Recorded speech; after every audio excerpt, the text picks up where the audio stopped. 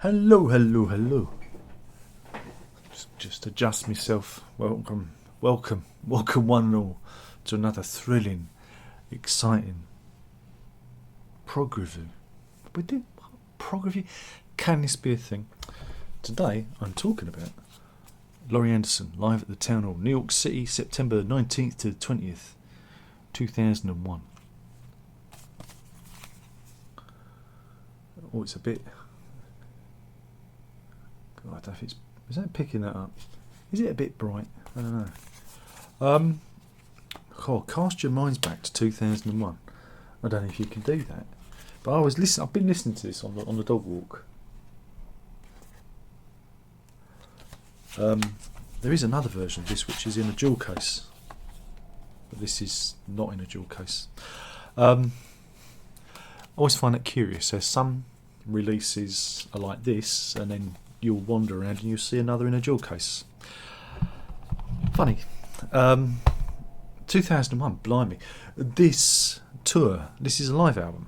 Laurie Anderson doing a live album. Now, there were a couple of other live albums in her set. There is, I don't think we can get it there. It's about there, USA. Parts 1 of 4. And Home of the Brave, which was the movie that I should upload that, because I've got a good Laserdisc rip of that I had, because I had it on Laserdisc. But I'm getting beyond the point here. 2001. This tour opened on September 11th, 2001. Yeah, and I was lucky, and I'm going to say, I don't usually say lucky, but I do feel lucky to have captured this tour on October the 5th, 2001, when it came to the was it Royal Festival Hall. Me and the missus went, and again, Laurie Anderson, she tours, but she usually does like spoken word things, and I've seen her 3 times in total. Was it 4 times? 3 times. 3 times in total.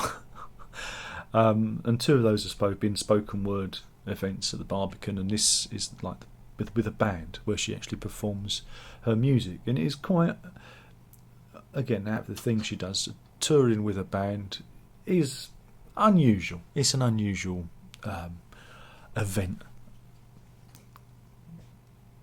So, like I said, I felt kind of lucky to be there to see this. I felt, don't mind that. That's the wind. It's a very windy day. I felt, for once, excited. It was an exciting gig.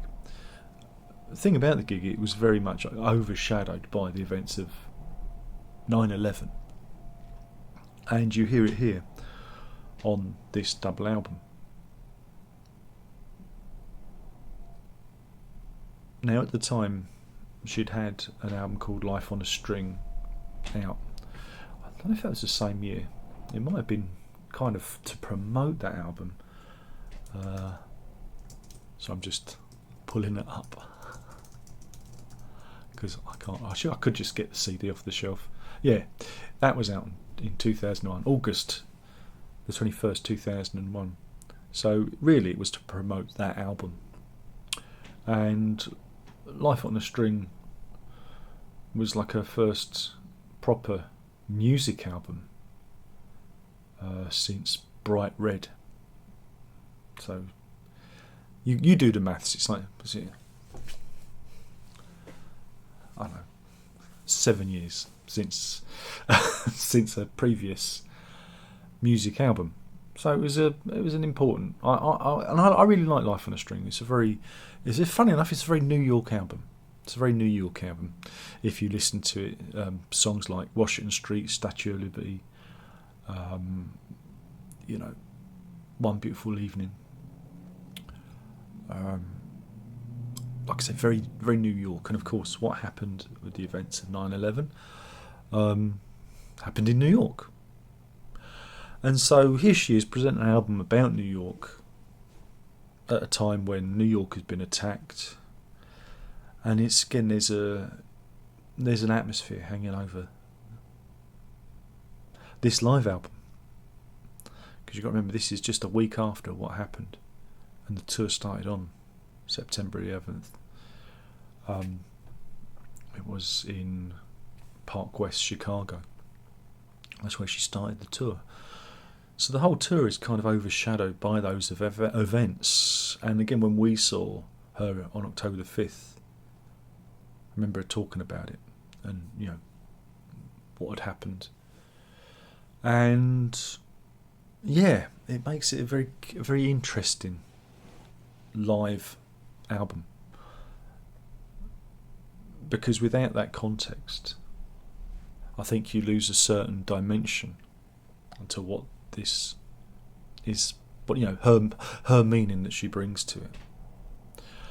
One of the most astounding parts, again, when we was at the gig and on this, when she performs "Oh Superman," and there's a line in "Oh Superman" where she says, "Here come the planes. They're American planes, made in America."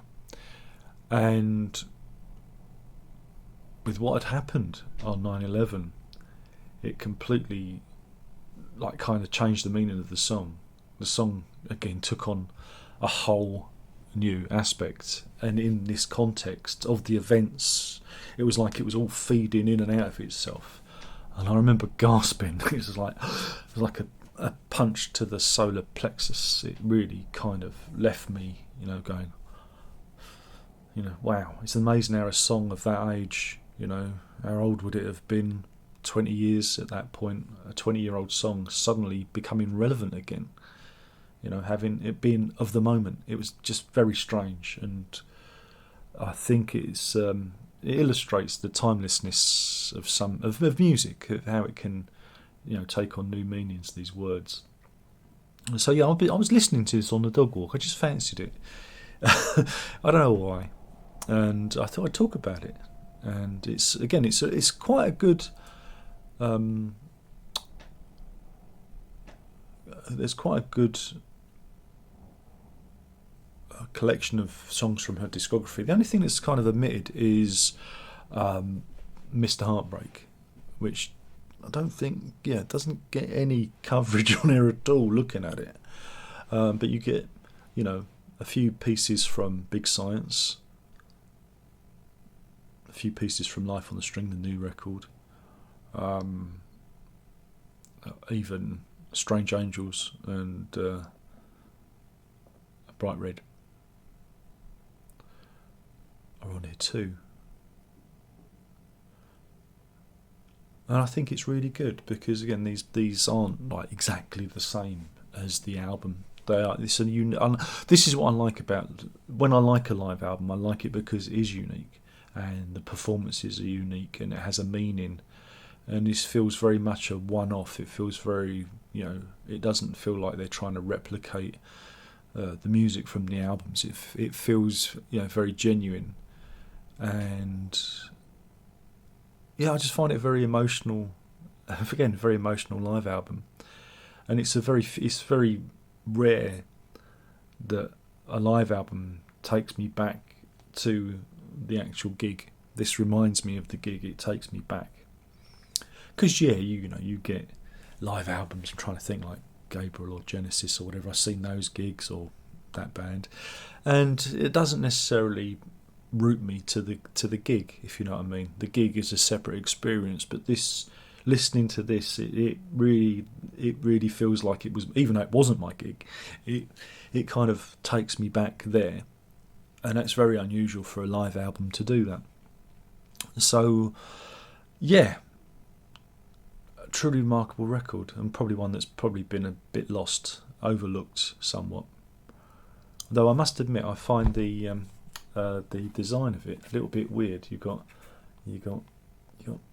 what's going on there? There's some sort of weird tabbing issue, and there's a box that's just floating off, and is the credits meant to be just kind of floating in mid-air outside this box? I'm not sure if that is a design choice or if I don't know, they got the intern to design it, because look again up here, the disc 1 is is up to to the line of the box there. There's no like going up to the bleed sort of thing, and it's like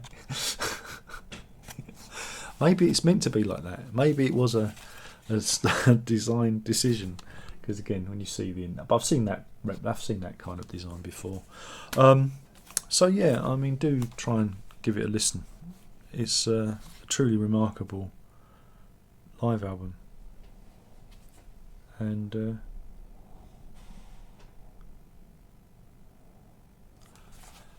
yeah, really good. And it, like I said, it transports me back, and that's it. That's Prog Review. Beats another rubbish Yes album, doesn't it? Shocking. So yeah, I've been talking about Laurie Anderson live at the Town Hall, New York City, September the 19th to 20th, 2001. Do search it out and give it a listen. It's I really like it, and Laurie Anderson is one of those people that's never disappointed me, never let me down. She's always doing interesting things. Thank you for watching. There's only one more thing to say. By now you should know what that is, and that is, are you ready? You bet a prog on, prog on.